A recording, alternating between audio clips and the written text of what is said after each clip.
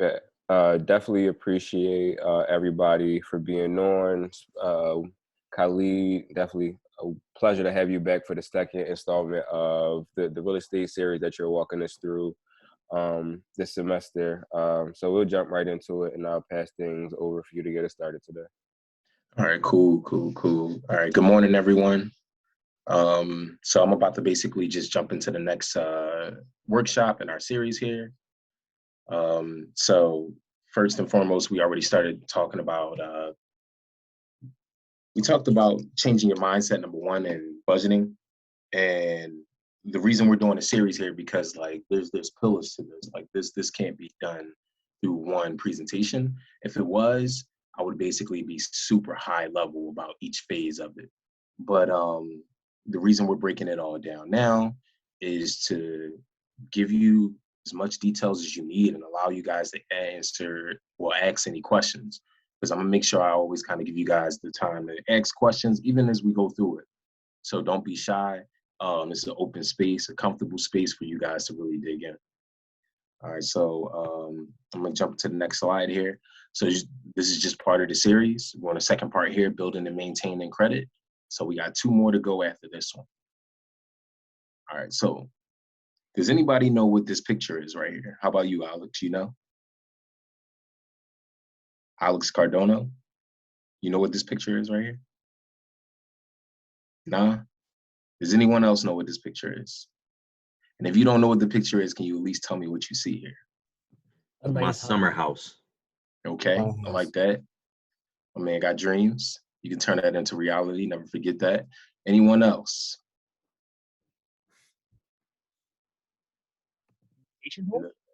You could like rent that out to someone. That's a possible idea. But does anyone else know? Like, you can throw out any comments on this, but the main question is, does anyone know what this place is right here? And if you don't, you can just tell me what you see and what you like about it. So you can answer either way. I like how there's like trees behind it, so it's like very nature-like. Mm-hmm. It's like around nature. Cool. Anyone else? All right, cool. I don't know where it is, but I could see the waterfalls, and that's what got my attention because I see the housing there, Mm-hmm. but you know, it's kind of cut off from everything else, so you don't really have a lot of access. So it's very private, but you could see like up ahead over the rocks is like potentially a roadway or something. So that's Got you. Yeah. Can anyone imagine something like this being their home? Like, do you think it's possible? Like, you really can achieve this? Yes. Absolutely. Well, hard work, yes. Absolutely. All right, hard work, right? What else do you think you need to like kind of do this type of stuff? And it kind of ties into the word mindset there, and ties into what we talked about before. Gotta make moves. Snowfall. All right, cool. That one word response there. All right, so this is a picture of one of Drake's properties. So this picture has a funny, not a funny, but an interesting story behind it. The one word takeaway for this is manifestation. That's how I like to look at it. But we're gonna hit this next slide, right? I want you to read this. I'll read it for you guys actually. So I'm trying to get here we go. Right. And so Drake had an interview with somebody just kind of talking about this home and how it came about. So I'm gonna read this out loud. This house was the desktop image on my computer years before I bought it. I was like, what are the world's craziest residential pools? And when I searched online, this came up. In 2007, a then unsigned Drake tried and failed to hunt this place down during an LA trip. In 2009, the compound hit the market with an asking price of $27 million. The seller, the steakhouse chain restaurant here, was at a low moment, right? When that's what Drake recalled when he sold it to Drake. He needed money. In 2012, Drake purchased the property for $7.7 million.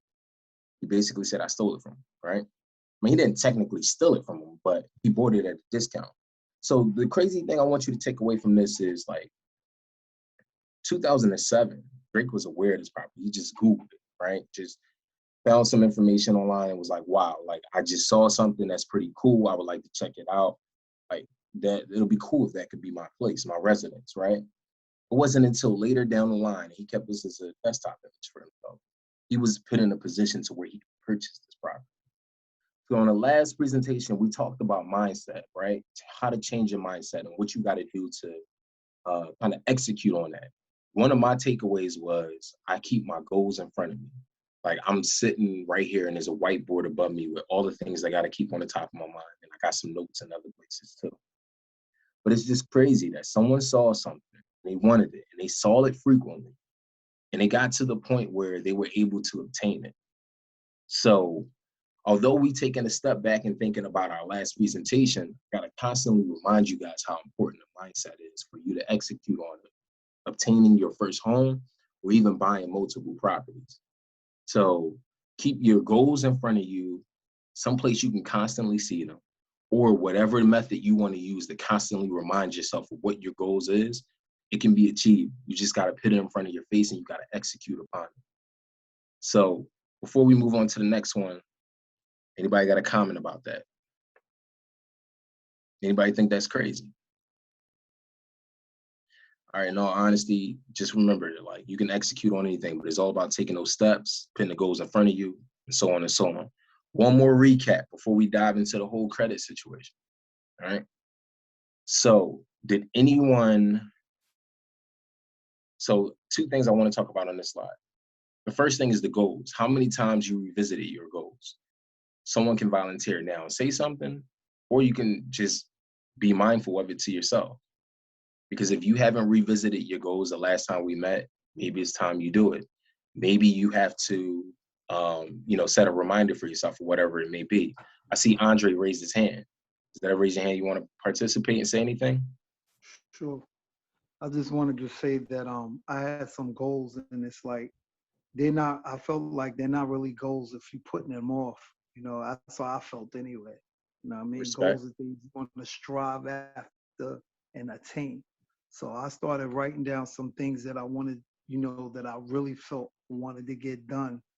And I just like blasted it all over my place, everywhere where I know not that spare room or none of that, everywhere where I know God bless me with another day, I got to get up and see it. So right as Nice. soon as I get out of my bed, it's right there in my face. Go to the bathroom, it's right there in my face. Go to the refrigerator, microwave, the door, everything. So I can't escape it. So the best way for me to start knocking it out, get it out the way. So I'll pardon my tardiness for coming to the meeting. No, you're good. You're good. Don't worry about it. You can join in whenever you want to. But thank you for that. You pointed on something really cool. He got it in multiple places where he can just like see it, constantly be reminded of it. That's great. So keep that in mind, guys. Whatever the tip or however you want to execute, in order for you to constantly see that goal, please do so. The other task I asked you guys to do, this was something to do on your own. Remember, I'm not here checking homework for anybody, but the other one was tracking your costs exercise. Where you print a bank statement or whatever it was, whether you print it or you wrote things down and you just started tracking. What is my savings? What is my needs, wants, etc. So if you haven't done that, this is my reminder for you to do it.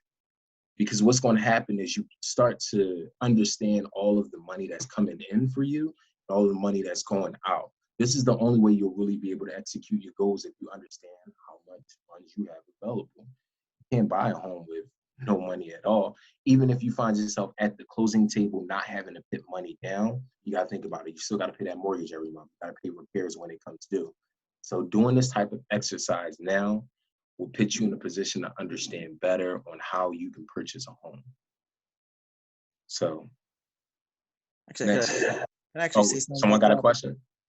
Yeah, I was just gonna say, from what I've learned, a friend of mine's told me, if for those who don't have just have regular credit, I've heard that if you just put like 20,000 away and you let it sit in the bank for like at least about 1.5 to 2 years, and it has that statement of saying that you had it laid in there for 2 years or so, they'll actually accept that as a reference to buying a house quickly than 700 credit score from what I heard. I'm not too sure positive about that. Okay, thank you for that. And that's something that we touched on in the last presentation is I'm drawing a blank on the term, but it's basically the aging of your funds. Like, it needs to be in your account for 2 months or so.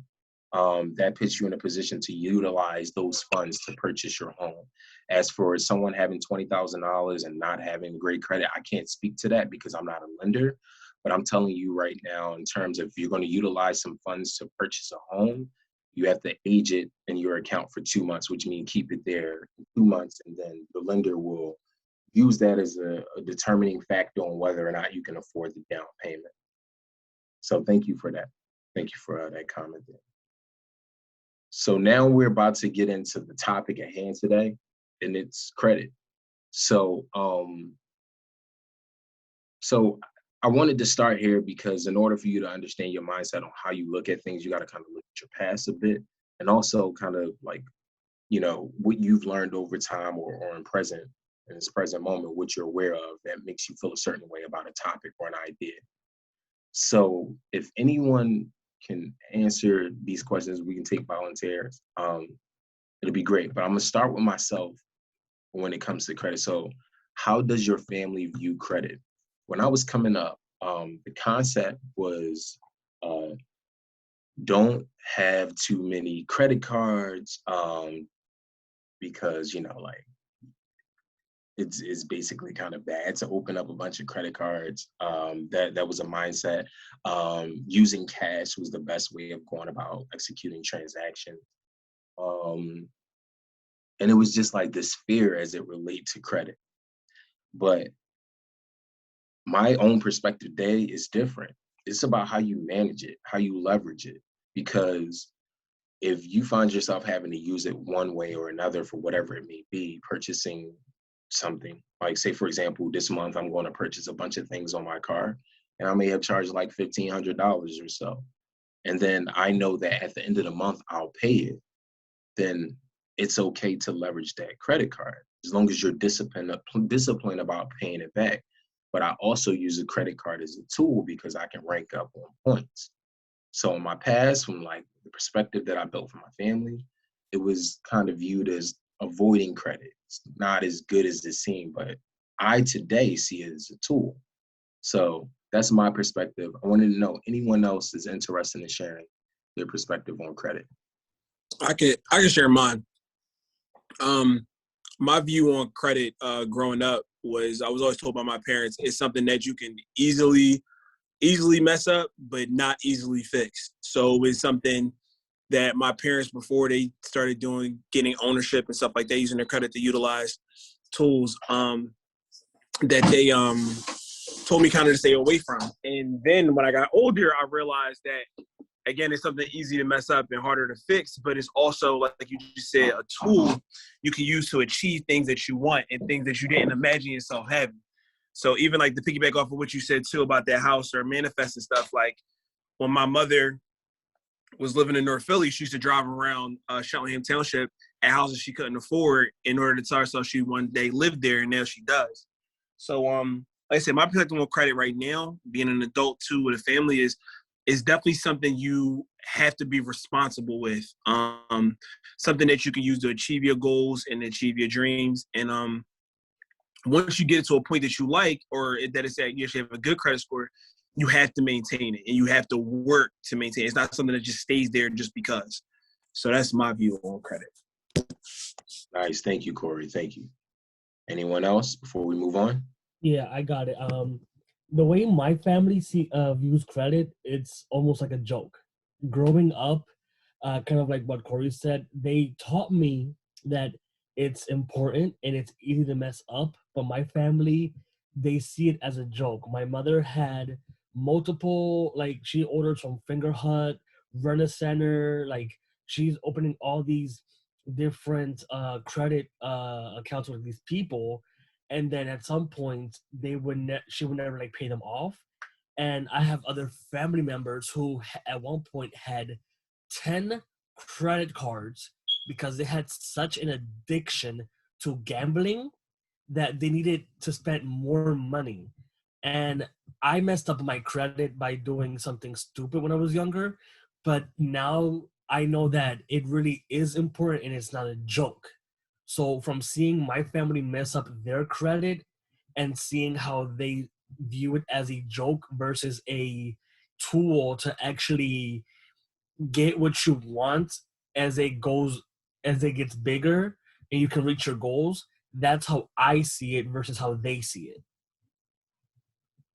Good point. Because I'll tell you right now, I mean, like if I had to get a new car and it was like $35,000, I don't just have $35,000 just to buy a car. So it's like using that as a tool to leverage it and purchase the things that you want or need. It's possible. So you make a good point. It's Yeah, all I about using it learned as a tool. yeah, like I learned the difference between wants and need at the age of 17. Nice. Thank you. Thank you. All right. So thank you guys for volunteering. We're going to move on to the next topic. I want to make sure I kind of dig deep into the material. So what I'm about to tell you guys is the basic. Some of the stuff we're going to go over today is essentially things you might already know. I may be able to share a few tips. Some of you guys may volunteer and share tips among each other, but this is really the best way to kind of expand your knowledge because we all know a little bit as it relates to credit. But before we get even deeper into like things we'll cover, I want to talk about like the basics. So there are 3 credit bureaus that exist: Equifax, Experian, and TransUnion. So what happens is essentially all of your credit activity is reported to them. They have information about your name, your social security. They have your addresses. They have all of your lenders that you owe money to, any credit cards you have open, the number of credit cards you have like open. What else do they have? Like a ton of information as it relates to your credit. Anything that's in collections, the amount that is owed, etc. The reports that they have are very extensive. They know you more than some of your friends do, like from a paperwork standpoint. But so those are the 3 bureaus. Keep that in mind. And each of them may have, how can I say this? Sometimes one may have more information than the other. Why? Because say, for example, you were to go to TD Bank and you say, oh, I want to open up a credit card. And TD Banks, they then check your credit report or your FICO score, and they may pull that information, your credit report information from Experian. So now you have a query on there because you open that credit card, but they may not report to Equifax and TransUnion. So some establishments pull information from 1 or all 3 or however they see fit. And as they do those type of things, information is then reported to the bureaus, but sometimes it's not reported to all 3 bureaus. So if you ever get your credit report, you may see that the information varies, and that's the reason why. But that's the important thing. Those are the 3 credit bureaus. Your score can range from 300, which is really like poor, like your credit is bad, you need improvements, all the way up to 850, excellent, right? And 6 factors that impact your score is your payment history.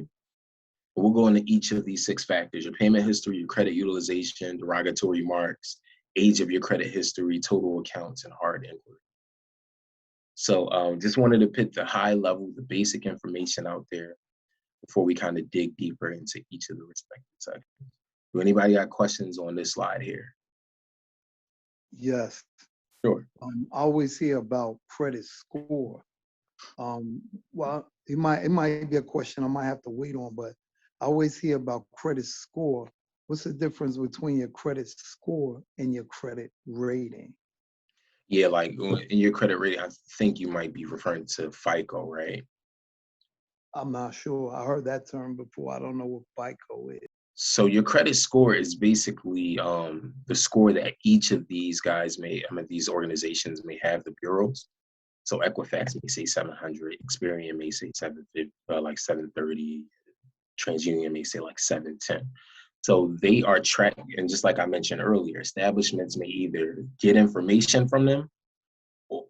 So as a result, it may vary among the 3 different bureaus, but that's your credit score. Like when you go to each of those bureaus, you can get your score.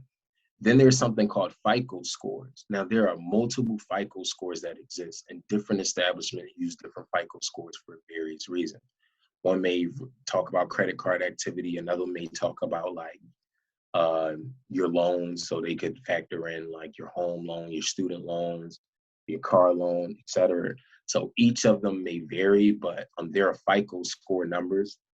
So I can't remember every single FICO, but they all have like different data that they're pulling from the respective bureaus to create a score for you. So your credit report will say, oh, Equifax, Experience, and TransUnion say you have this amount. This score, whereas your FICO score may pull data from the respective 3 bureaus to calculate a FICO score, and that varies. So I hope that helps, but I don't want to dig too deep into that. I think the most important thing is how you monitor and treat each of those 6 factors that will cover your bases across the board for the different FICO scores.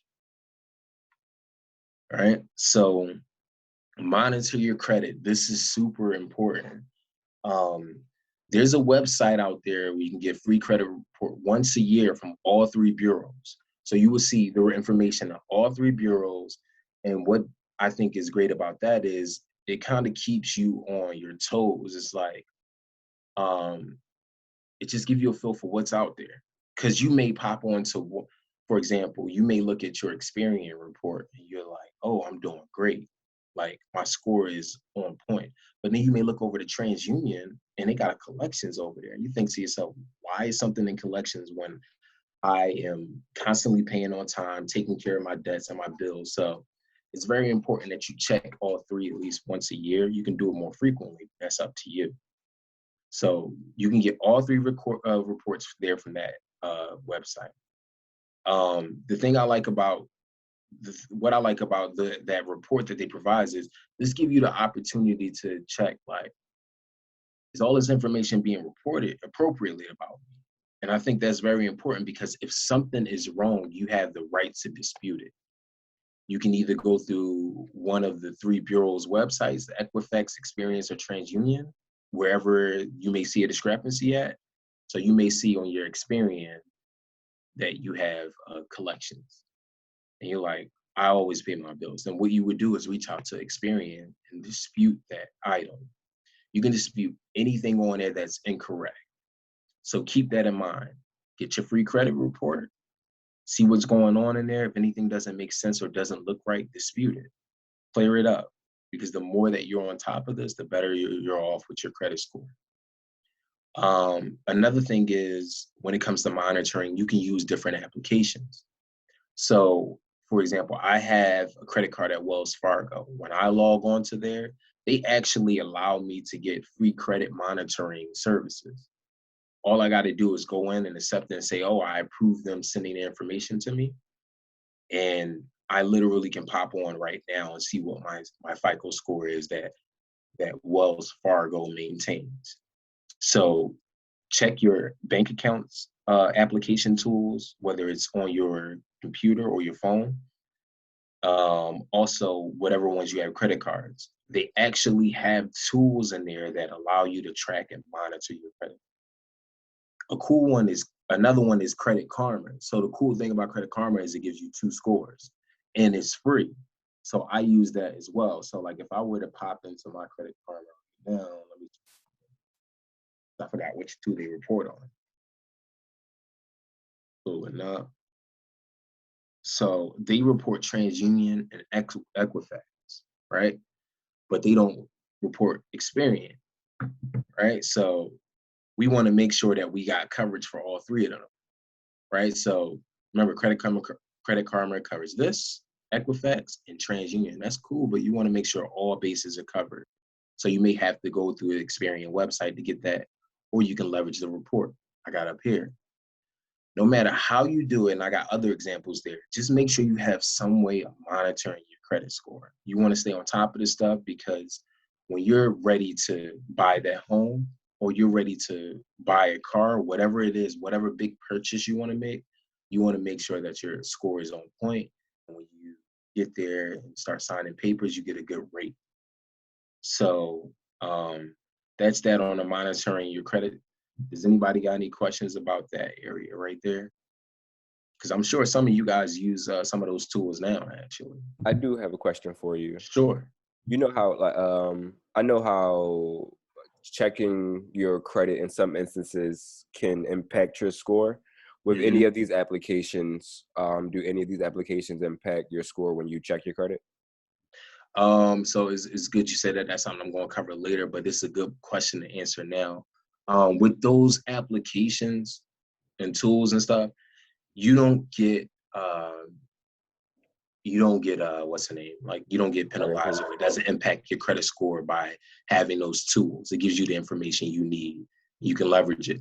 But I think anytime you may open an account or something, or you may want to make some request an increase in your credit limit, it's very important that you determine whether or not it's a hard inquiry or a soft inquiry. We're going to talk about inquiries later, but you always want to make sure something is a soft inquiry because it don't impact your score. Question. Talk to me. So in the sense that, like, so I've noticed, so I have access to all TransUnion, Equifax, and the other one. But then I'll look into like different. So like for the two accounts that I use, they also, my Wells Fargo and then my other account that I have, they give me my credit score as well. And it's 5 different credit scores I'm looking at. Why is that? Now repeat that again. You said it's 5 different credit scores, but inside. So all right, so I have access to TransUnion, Equifax, and what's the other one? Experian. Experian, yeah. I have access to all those, and I can see my credit score off of those 3. But then I'll go into my banking account on Wells Fargo, and that number is not reflective of any, like, nowhere near the TransUnion, Equifax, or Experian. And then I go into another banking account that I have that also allow me to see my credit score. That's not reflective of the Experian, TransUnion, and Equifax. Why? So now I have 5 different credit scores. Why is that?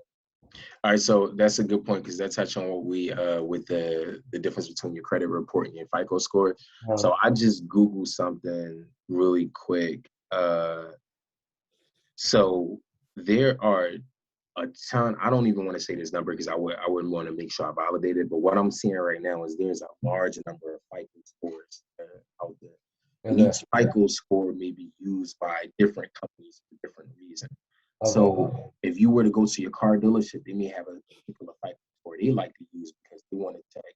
Maybe they want to check your history as it relates to paying your car loans. They want to check your history as it may relate to paying your mortgage as well. They may factor all the other things in too, but they may lean a little heavier towards one set of data because that's how they make decisions on what they want to, whether or not they want to extend credit to you.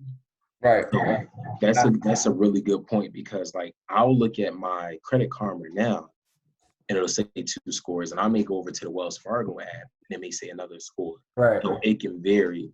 Just like I said, the most important thing is you get this report once a year. And you also, if you got access to these 3 credit bureaus some way, somehow, you go in and just make sure that data is correct and updated. And then it'll kind of transfer over to all of the other FICO scores in one way or another. It's just the FICO scores is just pulling data from those places. It's just pulling data it's pulling for and that's how, like, they're probably pulling for a specific thing.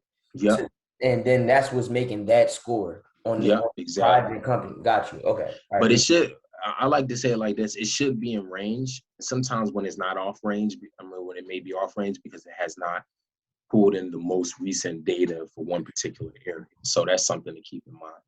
Got you. Okay. Thank you. Appreciate you, bro. Got you. Anyone else before we start getting into each of those factors that impact your score? All right, cool. So for each of these slides, I want to talk about 2 different categories. I'm talking about the building and the maintaining of that factor and how it impacts your credit score. And then the other tip may be the home buyer tip. Because remember, we're here to understand how can we get to buying a home. There's steps to this, and maintaining good credit is one of them. So first and foremost is payment history, right? So in order for you to build and maintain a positive payment history, that basically shows that you're making your payments on time, right? This is something that greatly impacts your credit score. Something I can give out to you guys to keep in mind is understand your payment date, right? So it's going to vary. It's going to vary because you may have one credit card where your payment is due on the 5th, another one where it's due on the 7th, another one where it's on the 27th.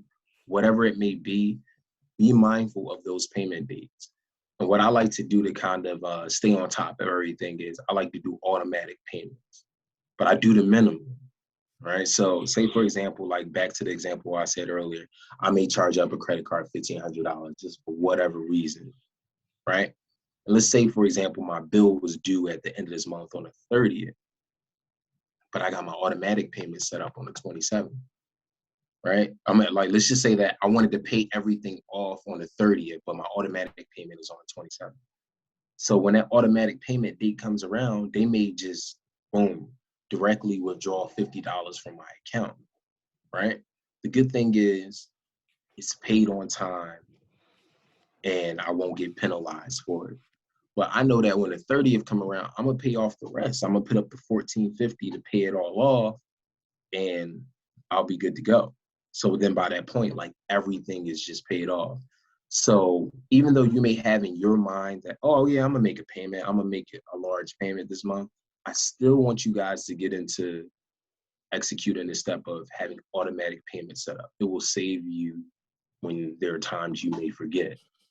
It's better to just have that $35 or $50 automatically withdraw instead of you accidentally missing it and then getting a hit on your credit report. So that's one thing. Another thing is monitor your bank account balance. So if you're saying to yourself, I'm going to leverage this automatic payment tool, then you probably want to always make sure, like, oh, at minimum, I'm going to have $200 in my account. I'm going to have like $250 at all times. That's my benchmark. Why? Because you don't want that automatic payment coming out and then the funds aren't available. And then you get hit with a fee by your credit card company because you had not sufficient funds. Not only do you get hit with that fee, but you also get hit on your credit report. You start getting hit up in all these different places. So my rule of thumb for you guys, keep it like, I don't know, try to keep somewhere around like $200 in your account at all times that your automatic payments are coming out of. Another important thing to take aware of, because like if you got a credit card right now, it's going to say an expiration date. Or your bank card may say an expiration. Well, more importantly, your bank card is going to say an expiration date. So if I go on to Wells Fargo and I may submit a payment for like my credit card to automatically come out for my debit, then I got to make sure that information is updated. But sometimes they just take your bank account information, like the accounting, your routing and bank account number. But I just want you guys to be mindful of that. Another thing is when you're in the middle of buying a home, as you're about to close on that property, keep making your payments. You don't want to stop making your payments because you may say to yourself, I'm not making payments to my credit card bills. I'm going to save up all this money because I know that I'm about to buy this home. No, business as usual. You want to stay on top of your payment history. So just keep making your on-time payments. Even if it's the minimum or you do more, just stay on top of that. Does anybody got questions about that category? I got a question. Talk to payments. I got a secure credit card, right? Mm-hmm. Started off with like $300. Does it build better if, like I say, I only plan to use it on like paying my phone bill because I don't really do too much shopping like that. So I figured the only way to build it would just pay a phone bill. Would that build that credit card? Yep. Because what's happening is you're using a credit card and you're constantly paying it off. So what your creditor is seeing is like, wow, this person is like being diligent. They're on top of things. And what happened is over time, they may start to increase your credit. But more importantly, you're building that payment history up. Because when I look at my Credit Karma right now, it says I got like 556 times I done paid in a row, like on point. So like I'm consistent. And when other lenders may see that, they say to themselves, oh, this is a great candidate of somebody we want to lend some money to because they're constantly making their on-time payment. So I look at it now, it says on-time payments 553. like 53 months. So I'm constantly making that one-time payment. So it's something that they'll look at. So keep using it, keep making those payments. And, but you know, it sounds like you got a diligent approach on how you're gonna take care of things. Anyone else got questions before we move on to that next one? Yeah, quick question real fast. Talk to me. So in the event, so say if like I had, I don't know, let's say if I had I was like $5 grand in debt amongst like different credit cards, whatever. And I come across like a lump sum of money. And like let's say I get like $6,000, $7,000. Should I pay that all off like one shot? Or no? Like, is that a bad move or a good move? Your scenario dictates like what you should do. So it all, when you get that large sum, you got to think to yourself, what do I need to really use this money for? Like, of course, you want to keep making those on-time payments, right, to your credit card. You got to ask yourself, do you got other needs that need to be met? Do you have other bills that are due? Do you have, I don't know, you got to pay some utility bills. You got to pay your mortgage. Do you got to pay your groceries? Like, all that other stuff is priority. And then you start thinking about how you're going to put a dent into your credit card. Right. Well, in the event that like all that was like taken care of, is it good to make lump sums on your credit? That's what it's really about. Like the scenario is like I have it to like the crib is cool, utilities is cool, everything is cool. Priorities are straight. We're good. Outside of that $7,000, and I get that $7,000. Like, is that a good move to just be like, all right, I'm paying off all my credit? Gotcha. So I'm not going to give you a recommendation, but I'll tell you my approach. Okay. So I look at my bank account and I'm like, I have money saved for emergencies, right? I'm like, cool, that's good. If I know that I'm going to be able to pay all of my bills for this particular month, mortgage, car, utilities, etc., cool, good. If I know that I'm not trying to save up a lump sum to buy something that I need or invest, I'm like, all right, cool, that's good. If those are all good for me, then I would take that large lump sum and then pay down that credit card. Got you. So I think the most important thing is you take care of you take care of things in order of priority or precedence over another. So that's super important. Like, what has the most weight for you? I would rather take, if I got like $1,500 or something, like an extra $1,500 and my mortgage is due, I'd rather just pay the mortgage and then pay, so just keep that in mind. But it can vary so much based on your scenario. Thank you. No problem. All right, cool. Next one. Credit utilization, right? So credit utilization is basically your percentage of how much of your credit is used, right? Let's say I got $1,000 credit card, right? And I only use $300 of it up, right? So it's 300 divided by 1,000. That's 30%, right? So that my credit utilization percentage is 30%, right? So a rule of thumb is to maintain 30% or less.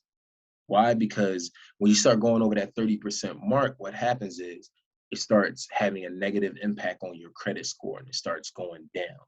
So my thing is keep it as close to zero as possible, but if you can't, make sure you keep it under 30%.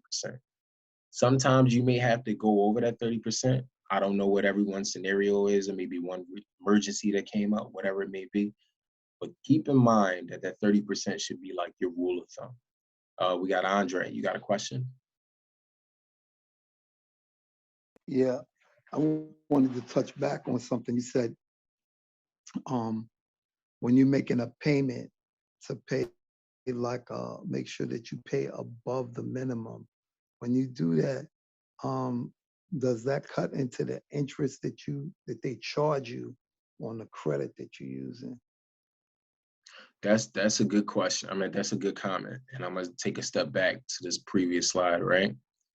Because this also impacts your utilization, your payments, right?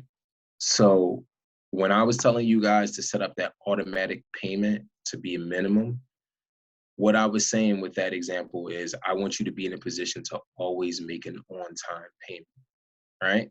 No matter what, I want you to make an on-time payment, even if it's the minimum.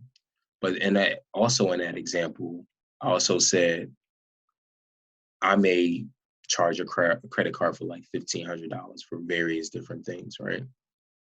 Maybe that's all my expenses in a month or whatever it may be. And then I know that my minimum payment will be deducted, but I also pay it all off at the end of the month. My recommendation for you is to don't let the minimum be the only thing you're paying every single month.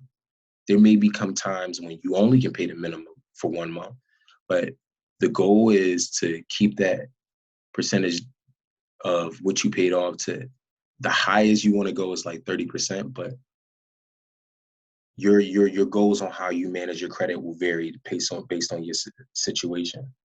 My thing is I'm always trying to avoid interest and fees, so I make sure I make the appropriate payments to avoid that.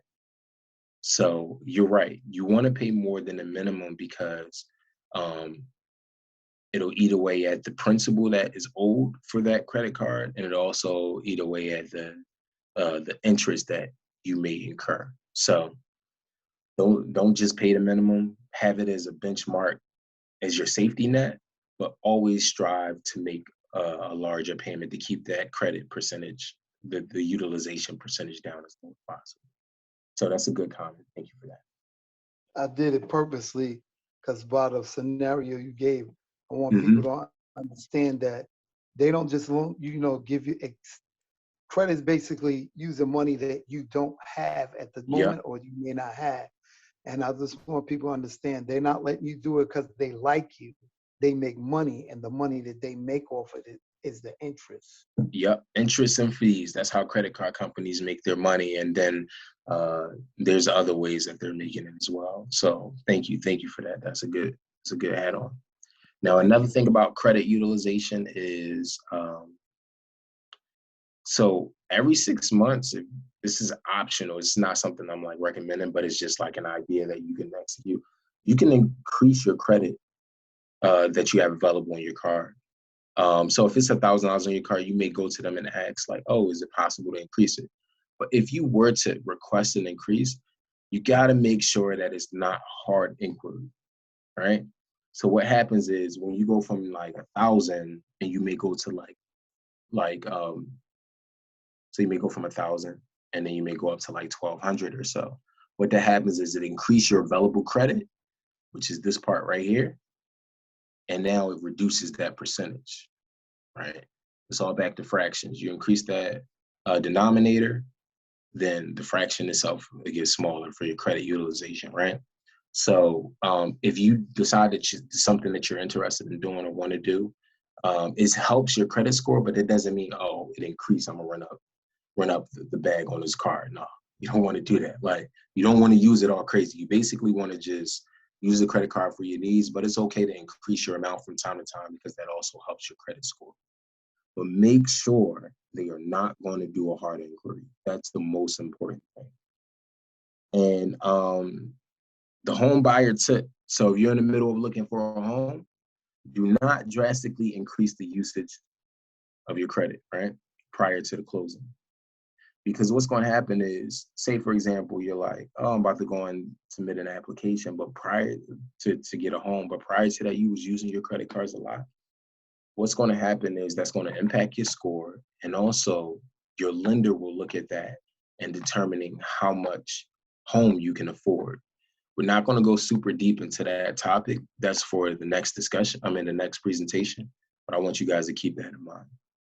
So don't, like, if you're about to buy a home, don't just start charging a bunch of stuff on your credit. Try to keep that utilization as low as possible. We talked about 30% being our benchmark rule. This right here, the age of your credit history, right? The building and the maintaining part, time is your advantage. If you have a card that you had for 5 years and you say to yourself, I'm not going to use this card anymore, I'm going to close it. No. Hang on to that card. Just keep it. Just keep it. Maybe use it every once in a while and pay that balance directly off. Because what happened is when that card is closed, what happens is we reduce this amount right here, the amount available, your denominator, and what happens is your credit utilization goes down, right? And then also your credit age, which is basically an average of all of your different accounts you have, that goes down too. So I say keep your cards open as long as you can. That's just a recommendation, but the decision is up to you on how you want to go about that. And the home buyer tip is when they see that you have accounts that are aged for a very long time, it makes them feel good. When you go and ask a lender for money, like, wow, this guy had an account for 5 to 10 years and he's still maintaining it, he's still paying it. It makes them feel good about lending you money. Because everything we're talking about with your credit report is telling a story about you and your ability to pay debt.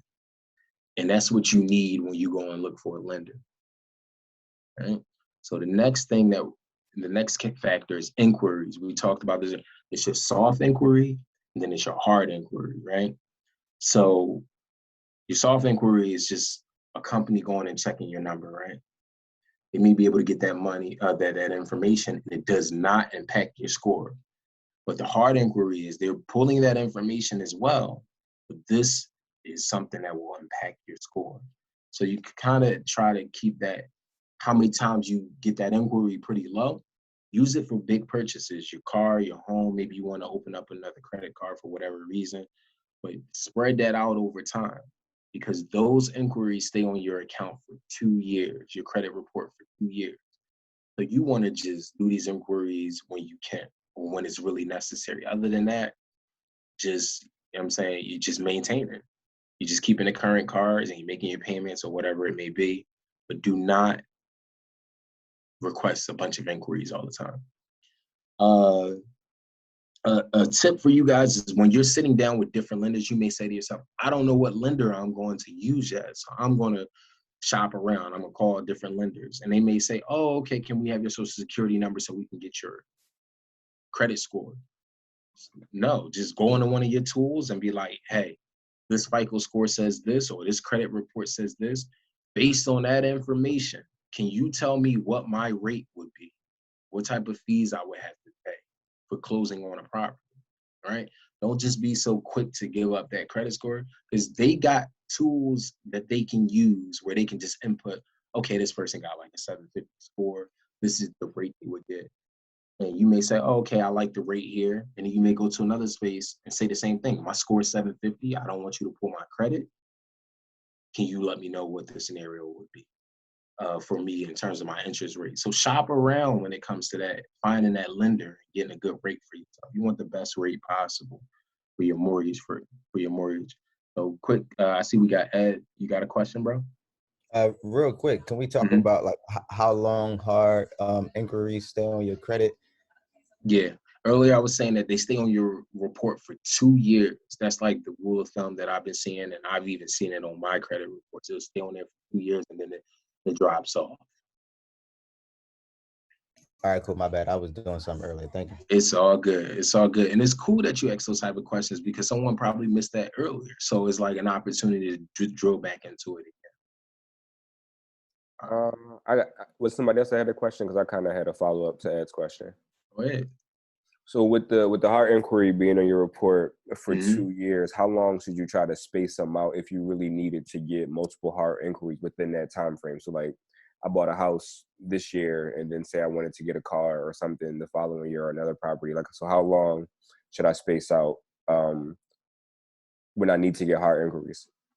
So now how you approach it is up to you, but I got a recommendation for you. I would say 2 at max a year, right? Do 2 at max. Now, let's be honest. Let's say, for example, this year you like, I opened 2 credit cards. You get hit twice, right, on your through your hard inquiries. And the next year come around, you end up wanting to buy a home, and you're getting hit again. That's your 3rd inquiry, right? It's fine. Like you're about to make a big transaction. I think you just want to do your best to keep that number low. But there may be scenarios that come up where you just have to get the hard inquiry, plain and simple. But my recommendation is limited to 2 inquiries a year. Now, that perspective is different from an investor. Now, I ain't going to dig into all that, but that's a different comment. But since we're working from the perspective of I'm trying to buy my first home, this is my recommendation for you. One more thing, right? Because I know when I was going through the home buying process, one of the lenders told me, I'm not sure, again, I was doing something earlier, so I'm not sure if you touched on it. But he told me that you can get 3 inquiries in the span of, I think, 3 months. 3 different inquiries from 3 different mortgage company, and it counted as one. Mm-hmm. Yep. Did you So that's a good comment. So yep, and that's thank you. You see that home buyer tip right there, that first one, pull multiple queries at once for mortgage.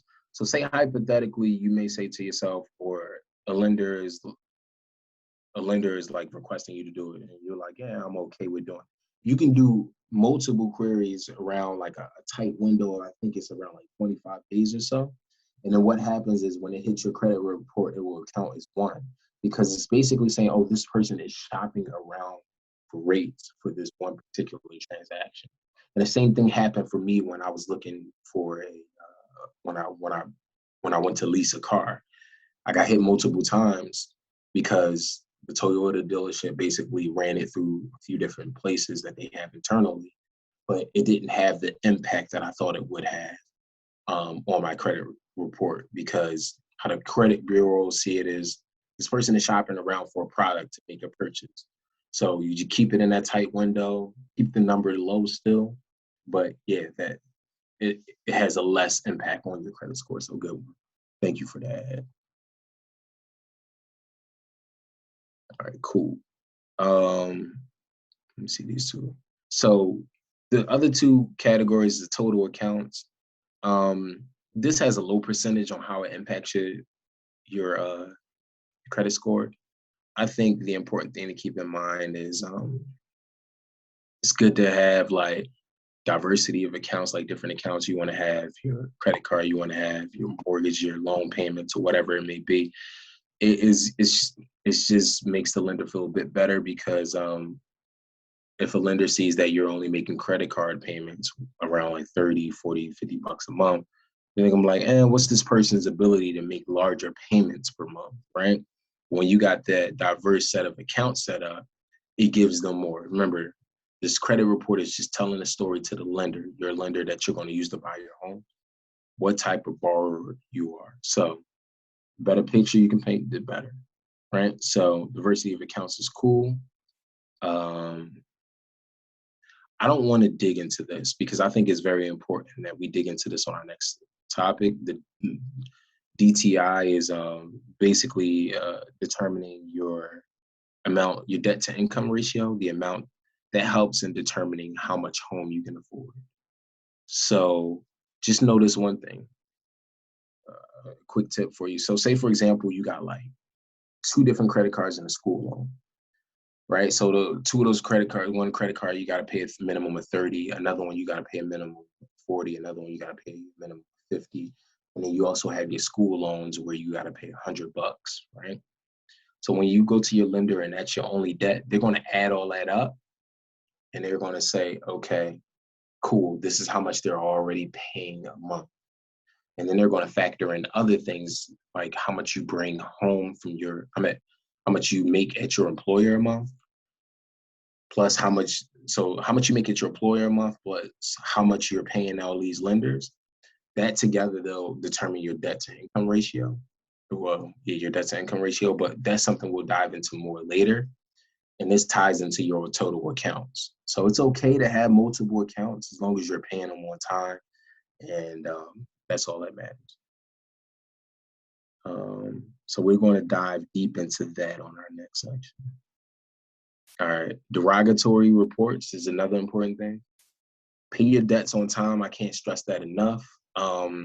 Because say, for example, you had something that goes into collection, you got a credit card that you ran up, you never paid them back, or you got school loans you don't want to pay, whatever it may be. That'll come up on your report like it is a derogatory mark. Hands down, like straight shooter, like with you guys, like it's not much I need to paint when it comes to this category. Just pay your debts when they become due. You're gonna borrow it, pay it back.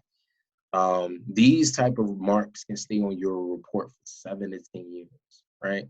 Got a little typo there, but examples include collection, bankruptcy, civil judgment, debt settlement, foreclosure, tax liens. These are big things that can stay on there for 7 to 10 years. You can use credit repair services to remove them, And I would recommend that you do that before going home to buy a home. And that's my home buyer tip for you right there. But some of them, it's not guaranteed you can take it out. Sometimes, and then like when lenders see that, they're going to question that. And that's going to be like a mark against you when it comes to permanent. So now, Andre, I see you got a question. Yeah, I got a question on that right away. Sure. I was actually writing it and you were speaking at the same time. All right, So cool. I know one of the things that, you know, that we should walk away from this with is soft inquiries over hard inquiries, right? Yes. They're gonna be, there may be some negative things that you want to remove from your credit. Can you remove hard inquiries? And if so, can you do it faster than 2 years? That's a good question. So say for example, you went to a bank and you're like, oh yeah, I'm just shopping around. I want a personal loan and I just want to see what your rates are. And my credit score is this. I don't want to run my credit right now. I just want to see what type of product I could potentially get, right? And you tell them that. And they're like, oh, okay, just fill out this application, this information, and we can get that information for you. And you reiterate to them, I do not want my score pulled. I'm just trying to get the information. If a company were to pull your score without you, allowing that to happen or giving permission, you have the right to basically get it removed. Like you can go in and submit a removal of that through your whatever credit bureau is going to pop up, and they can remove it. Now, I don't offer credit repair services. I have helped people improve their scores. And like I've even had like my score up to as high as like 826. So I know this stuff pretty good. But I'll be honest with you, I'm not an expert when it comes to the recovery portion. So there may be other reasons for which you can remove inquiries, but to my knowledge, that's the best argument that you have is, hey, this wasn't, I didn't get permission for this and I want to remove, and then it can be removed. Thank you, bro. Appreciate that. That was a good question. So this one right here. So I want you to sit here and think to yourself, and this is something that you may need to do, on your own time, but what factor area you need to improve? We covered each of them. So you got to think to yourself, what needs to be improved and how can I improve? I gave you guys tips as well. I think the most important tips that you take away from each of those is the home buyer tip. Because as you get closer to that time and you want to pitch your application with the lender to buy a home, you need to make sure your ducks are in a row, everything's good to go, and you're on point. All right, so just like I said, every single time we're going to talk from the standpoint of home buyers, a single home buyer, your first time home buyer, whatever it may be. But then I will also give you the perspective as an investor, right? Like as an investor, like myself. So I invest in real estate. I leverage my credit cards. Like I have business credit cards. I also have personal credit cards. I have literally used a credit card to do a down payment on a home and then started construction. So when I invest, I use different like funds I have available. I may leverage my retirement account. I leverage cash that I have. I also leverage some of my other investments I may have, and I leverage credit cards as well. But you got to understand though, even though I have the ability to pull from these respective buckets, I'm being very diligent with my approach on how I do it and making sure I have the ability to pay it back. So all of the things, now to remember, we're looking at it from a different perspective. As a investor, I have ran a card up to use it to buy materials, to pay contractors. And then I have paid it right down right away when I refinanced the property or, money came in from other sources. Like I remember, like I said, like 826 was my score at one point, right? But since I leverage some of the credit cards right now for my current project, my current score is around like 750. It's still good, right? But You understand? Like that's a huge drop because I started using more, but I'm not worried, right? Because the purpose of your credit is to create that background story for yourself to show that you're a good lender. But what's the use of what's the point of having good credit if you're not going to leverage it? There are people that like to brag and say, oh yeah, my credit score is 800, et cetera. What are you doing with that credit score? Use it as a tool to get whatever it is you want to achieve. Yes, you want to stay on top of things. You want to have a good score, but you want to leverage it as a tool. So as an investor, what I have done, right? I've used balance transfer checks in my real estate activity. Has had an impact on my personal score, but I'm not worried because I'm going to pay it back. I've used business credit. And those are some of the points I already talked about, funding it for construction costs. But I'm super diligent on how I'm going to pay it back. Now, the thing about it is when you're taking these big amounts or big chunks to leverage them for transaction, your minimum payments will be larger. So you got to ask yourself, am I still going to be able to make that minimum payment when it comes, right? And I have, because I know how to plan and coordinate like with it. And the most important thing is, and it's the same thing for your personal, your business, or however you use your credit, if you're going to take a big, large sum, you make sure that you take the funds, whenever you get your funds for the project or whatever it may be, you pay off those credit cards because you want to be able to use that credit, your good credit history, again, over and over again to leverage it as a tool to do whatever it is. And a predicament that most of you guys are in right now is to buy that first home. As for me, I'm leveraging it to build and expand my real estate portfolio. So, Hey, I got one question. talk to me. How hard is it to establish business credit as opposed to personal credit? It's so it can vary, right? So it's interesting. It's like it's levels to this like business credit, right? It's levels to where you only got to give your EIN to get credit from a company, and then there's another level where you got to give your EIN and also your social security, right? Your EIN is your employer identification number. It's basically, it's like your social security for your business, right? So those are the two tiers. When you get to that point where you can just give somebody just your EIN, that's like your business is mature and is established to a certain level, right? That's one thing, right? But my business is like, a few years old. So I'm still in a position where I'm giving them my business social security card. I mean my business EIN number and my social security card as well. But the cool thing is, even though I'm giving them my social security card number, they're not using that to pull. They may check, like they may do some type of soft inquiry to see what type of borrower I am, right? And that's cool with me. Do your soft inquiry. Do what you got to do to verify that I am the borrower. But they don't pull my actual credit score. So it's not that hard. They're leveraging both of them, right, to do it. So keep that in mind. And in terms of whether it's like really hard, I don't think it is. And this is from my experience because I have that past good credit history. So it's been helping me get it. But more importantly, I'm doing my job when it comes to my business credit. Yeah, I'm running the cards up, but I'm constantly paying them down to zero. Then I may run it up again, paying it down to zero. So that let my lender see, like, yes, this guy may charge up over time, but he's also paying that. On a business credit, the conversation is different than this, and it can get very detailed.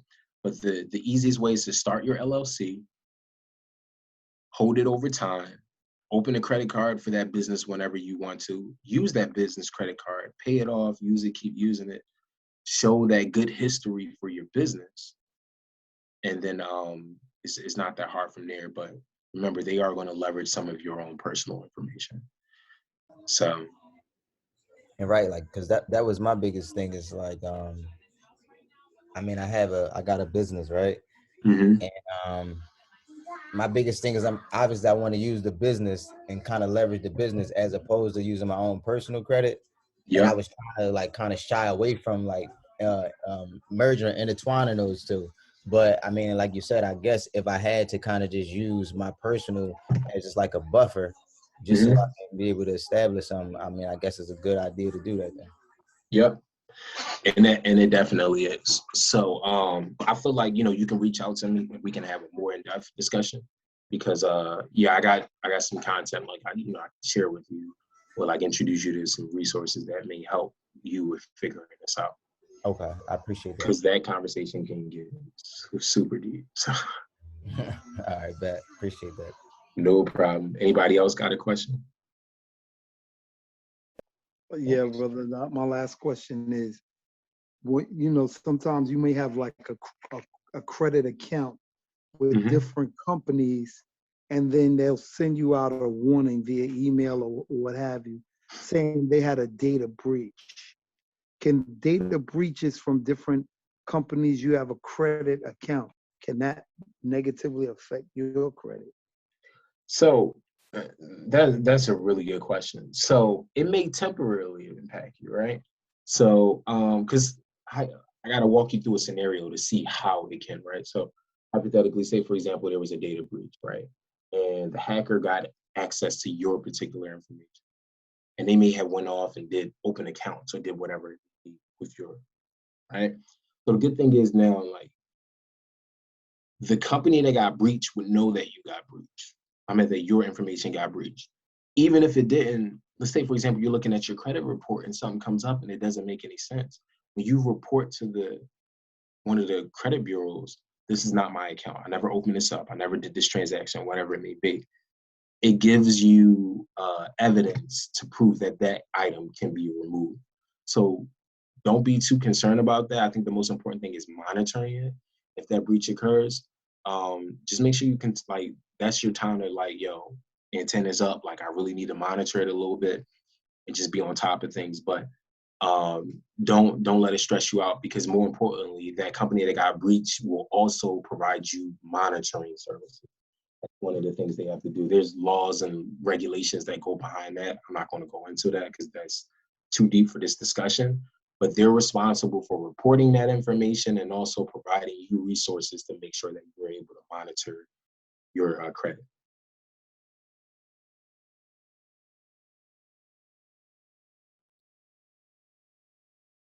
Any other questions? No, but I would like for you to speak on this, that if people do you know, apply for something and let's say they get turned down, how they could turn that into a positive by requesting a copy of their credit report. Yo, that is an amazing takeaway. I didn't even have that for content, but that's good, because when people are requesting your credit, you have the right to ask them, like, well, can I receive the information that you requested, the report that you received? And the company should be able to give you that information. And then that puts you in a position to, like, yo, what do I got to do better to improve? Because they'll tell you the reasons why they denied you. And then you can take that information plus what's on your credit report and ask yourself, how do I get to the point to improve my credit and to put me in a position to get this credit card, get this loan, or whatever it may be. So that's good stuff. Learning from the master, brother. Learning from the master. And man, this is an open space where we all learn from each other. That's why we bring our respective parents. So one thing, guys, so I'm sorry about this, but this week I gotta today is a packed schedule at work for me, so I'm gonna do a hard stop here. But what I want to do is, on our next session, I try to allot an hour and a half. I'm going to open it up to 2 hours, so that way we can dive more into like any questions that you guys may have. Yeah. And the dope part too, tomorrow at 12 o'clock, Nicole will be back for another presentation. So we'll be continuing this sort of conversation. So we'll have like a continuation of this conversation tomorrow at 12. And remember, Nicole may go through some of these topics that I went through, but remember, the clear focus for our workshop is home ownership. So that's why for each of these slides, got your home buyer tip, right? keep these things in mind, because this is going to position you better and have you look better when you go to that lender for your mortgage. So Pat, I had the playback for this, dive into it. And plus in our next session, you can ask any questions you got, baby. Appreciate you. No problem. Stay safe, everyone. Sorry I can't stay on longer for